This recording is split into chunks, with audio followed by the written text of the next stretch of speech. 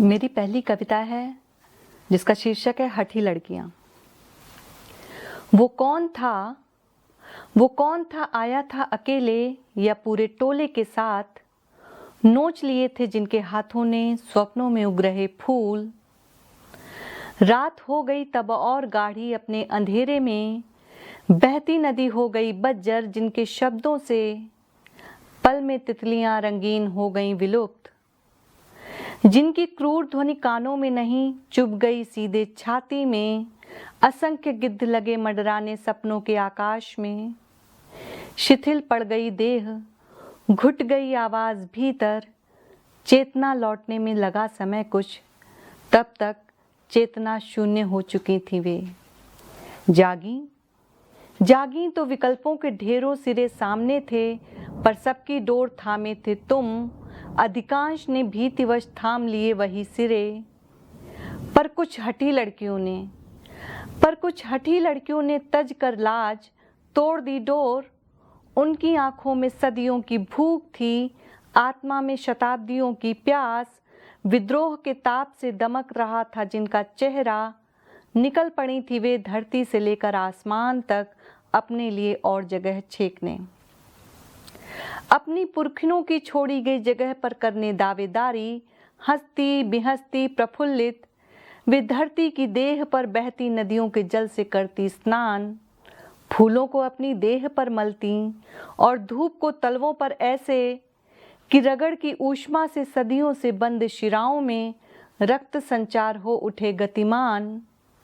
तुमने इन हठी लड़कियों को प्रेम के मनोहार संग वापस बुलाया, पर उन्हें अब केवल प्रेम स्वीकार नहीं था, चाहिए थी चेतना और खुद का वजूद, कि फिर कोई उनके सपनों में सेंध मारने की चेष्टा न कर सके।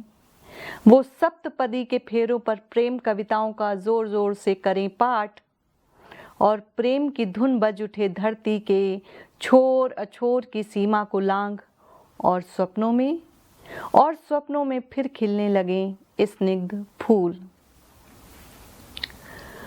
दूसरी कविता है जिसका शीर्षक है सुबह। कितना सुंदर है सुबह का कांच के शीशों से झांकना, इसी ललछौहे अनछुए स्पर्श से जागती रही हूं मैं। बचपन का अभ्यास इतना सध गया है कि आंखें खुल ही जाती हैं सुबह की मध्यम आवाज पर भी, पर इतनी ही खुलती हैं कि मेरे जागने पर आसपास सब यथावत चलता रहे। इन्हीं सुबहों में हरहरा उठता है मेरा मन, पान की गिलोरियों सा। मन की सलाइयां चटकी हों तो भी बीनने लगती हूँ उजली सुबह के बूटेदार सपने। बिसर गए गीतों की धुन पर टेक लेते हुए भूल जाती हूँ मन में उठती हर लपक। तिक्त मन से चाहती हूँ चूक गए सपनों को सहेजना, पर देहरी से बंधे कदम रुक जाते हैं हर बार चौखट के इस पार, कि देह की अलबलाहट खुद ब खुद मन को झटक देती है परे। ललाट पर चमक आए सपनों को बुहार कर रख देती हूँ पैताने। अंततः देती हूँ खुद को ही सांत्वना कि इतना भी अपूर्ण नहीं है जीवन कि अधूरी रह गई इच्छाओं के बारे में सोचते हुए बिता दिया जाए। और शेष दिन को उलीच देती हूँ समय के अंजुलि में।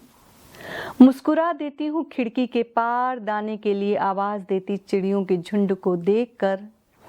सूख रहे कातर पौधों को देती हूँ पानी, कि उनके हरेपन की गंध मेरी संततियों को हरेपन से भर देगी।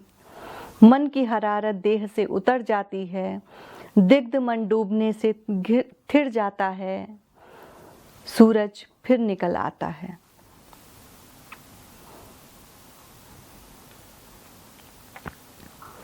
अगली कविता है जिसका शीर्षक है विदा की बेला। विदा की बेला में एक दूसरे को देर तक देखते रहे। धरती पर जैसे मेह उतर आया, वैसे आंखों में उतर आया मोह, कि बारिशों का मौसम मन के आवेग के अबाध बह जाने के लिए होता है। उन्हें इस सदी के सबसे हारे हुए प्रेमियों में नहीं शुमार होना है। उन्हें इस सदी के सबसे हारे हुए प्रेमियों में नहीं शुमार होना है कि वे प्रेम की नदी में आत्माओं की कश्ती चला कर आए हैं। जबकि प्रेम करना जबकि प्रेम करना अभी भी एक वर्जना पर कुठाराघात करना है। जबकि प्रेम करना अभी भी एक वर्जना पर कुठाराघात करना है। वे क्षुद्र मानसिकताओं के दौर में प्रेम को बचा लेने की उम्मीद के प्रेमी हैं। प्रेम में प्रेम को बचा लेने की दुनिया के साझीदार। कि ये बारिशें भले उनके प्रेम के हिस्से ना आ पाई हों, उनके मन के एक हिस्से में बनी रहेगी बारिशों की मनचीती प्रतीक्षा कि टूटते मन को बचा लेगा स्मृतियों का मीठा आह्लाद। भींच कर लगा लेगा कोई दोस्त, भींच कर गले लगा लेगा कोई दोस्त, तो ताप कम हो जाएगा प्रतीक्षाओं का। याद रखना होगा कि वे प्रेम के अकाल को प्रेम की बारिशों से सींचने आए हैं इस धरती पर।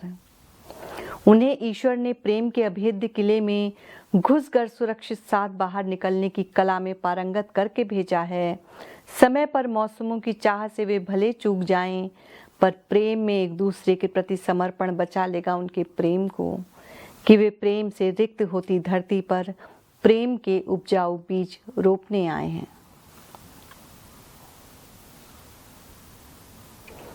अगली कविता है जिसका शीर्षक है नवरातों में औरत।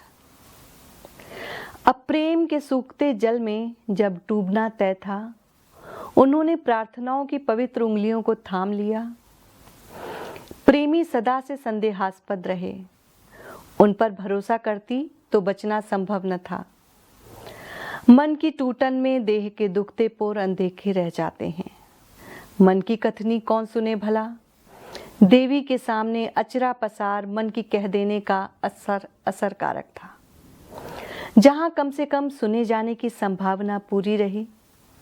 नवरात्रों के दिनों में उपवास से भूखी वे औरतें देवी गीतों को पूरे जांगर से गाते हुए एक अलग लोक रच लेती।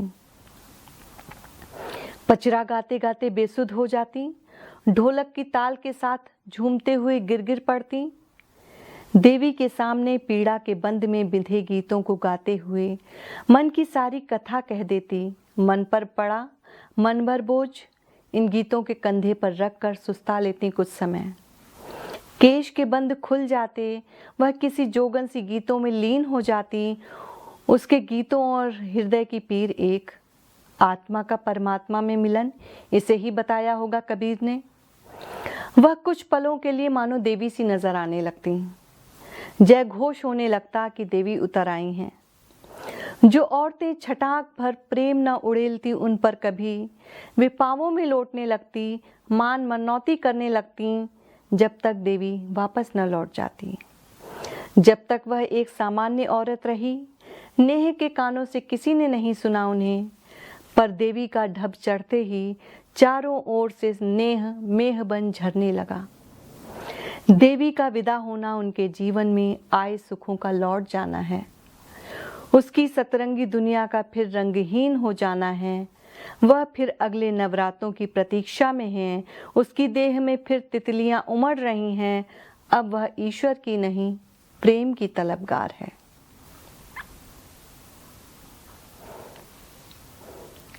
अगली कविता है